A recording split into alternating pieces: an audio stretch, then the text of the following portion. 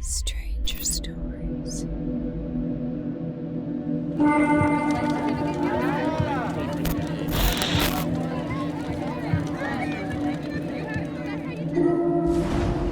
My family and two other families were camping for the weekend.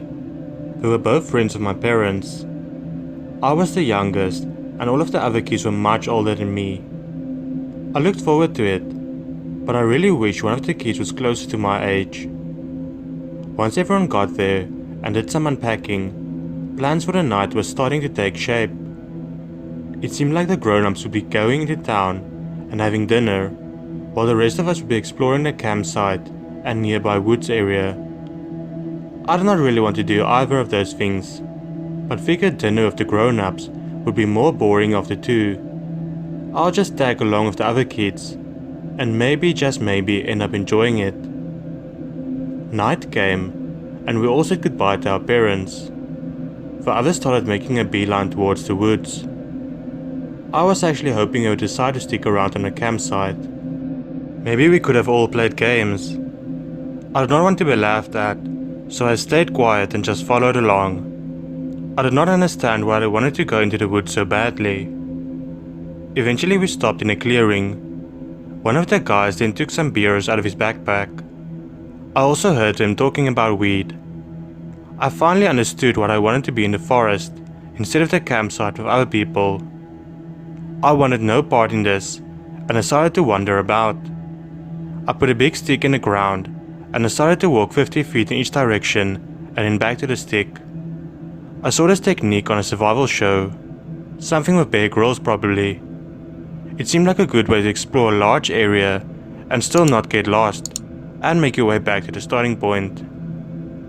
The others had not even noticed me leaving. Well, screw them, I thought to myself.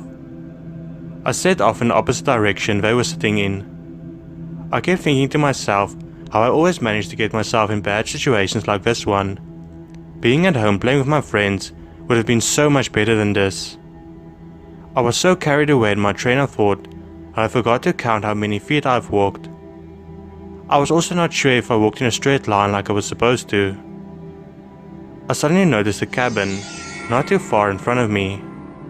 It seemed deserted and did not even have windows. I might as well go explore and head back in the direction I think I came from afterwards. I made my way to the door and opened it. It was empty, just as I thought. I walked in further inside and put a brick I was laying on the floor in front of the door. If the door was closed, there would be no moonlight shining through, as there were no windows. From what I could see, it seemed like downstairs was just a living room and a little kitchen. I made my way up the stairs, which felt like they were going to give way any moment. Upstairs was just a massive open area. It was really weird that there was no bathroom. Before I could think about it any longer, the front door suddenly closed. I moved quickly around the corner so I could not be seen from downstairs. It had to be a person. No way the wind was strong enough. My reasoning was soon confirmed when I heard footsteps. There was no place for me to hide, and no place to get away. Only way maybe would be running down the stairs quickly and open the door and run out of it, hoping the person would not be standing in the way and struggle seeing in the darkness more than I did. Nah, that is stupid, I thought. Rather wait up here and hope the person does not come upstairs. I did not hear footsteps anymore, so I waited. What the hell could he be doing? There's not even a place to sit down there.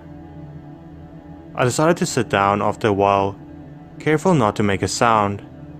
My legs were super tired. I really wish that I brought a flashlight with me or something. Upstairs it was pitch black. I wanted to see if maybe there was something I could use as a weapon. I nearly screamed when I heard footsteps again. I then heard the door open and close again. I could not believe my luck. I was so sure he would get me.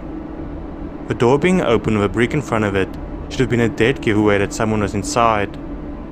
Oh well.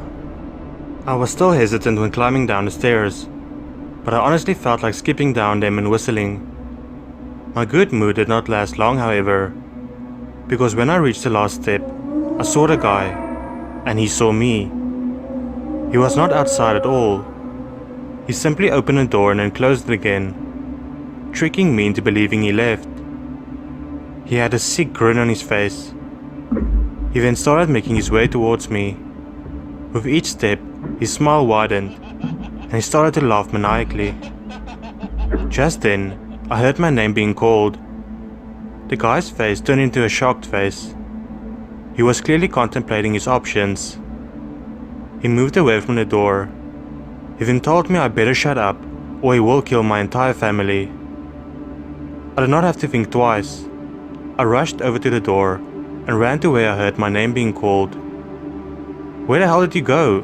one of the kids asked me when I reached them. It seemed like all of them had come to look for me. "Nothing, just exploring. Please, can we go back to the campsite?" "Sure, little man," he said. Looking back at it now a few years later, I made a lot of stupid decisions that night. The most stupid of them all was not to tell anyone about a cabin or the guy. What can I say, I was scared as hell. It does bother me though. What was the guy's intentions? It can't have been good.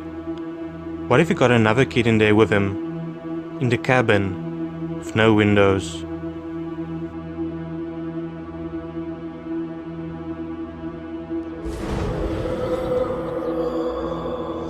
This story took place 2 years ago. Me and two of my friends went to camp at the biggest park in my country. It has been a while since we saw each other, ever since I started to work right after school and they went to college. One of them studied to be a movie director, while the other always wanted to be a teacher. We drove in a beat-up Opel Kadett that my friend owned and put on music from AC/DC and Bon Jovi on the loudest the radio could go. This weekend was going to be great. I had it all planned out. The hiking, the barbecuing, all of the nonsense we were going to talk about and jokes we were going to make. When we were still in school, we saw each other every day. You only realize how great it is and how privileged you are once you're done school and don't get to see each other as much. The 2-hour drive to the park was awesome in itself. When we got there, we quickly put up our tents and unpacked our stuff. It was already quite dark, so we figured we'd leave the hiking for the next day. We have read a lot about mountain lions roaming the area, and it just seemed dumb to take the risk in the dark. We ate some snacks and watched movies until we fell asleep after midnight. We were all extremely exhausted after the day and wanted to be energized for the hike and whatever else we were going to be doing the next day. I'm not sure how late it was, but I found myself suddenly fully awake in the middle of the night.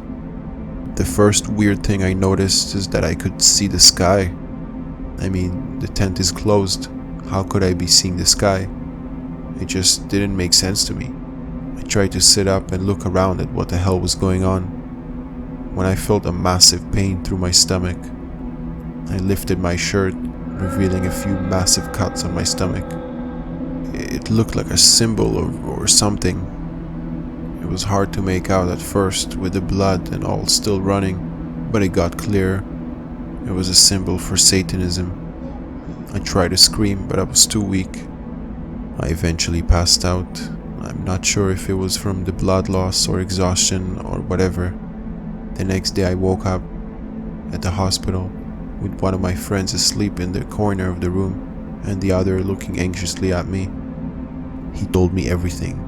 How they found me in the morning a few kilometers away from our tents, how they brought me to the hospital, and also how the police arrested a massive cult of Satan worshippers. Apparently they targeted smaller groups of campers to make a sacrifice. I don't know why they decided to spare my life. Perhaps to send a message, or maybe it was their plan to leave me for dead or let me bleed out.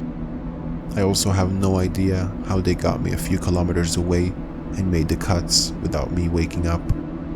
The doctor did not find anything weird in my system. The police did a search of the entire park, which was pretty massive. They found a lot of bones. Most of the bones were animal bones, but sadly some were of humans. I guess whenever somebody got lost, everyone just assumed an animal had eaten them. not knowing that something far more sinister had been going on. This event gives me chills every time I think about it, including right now.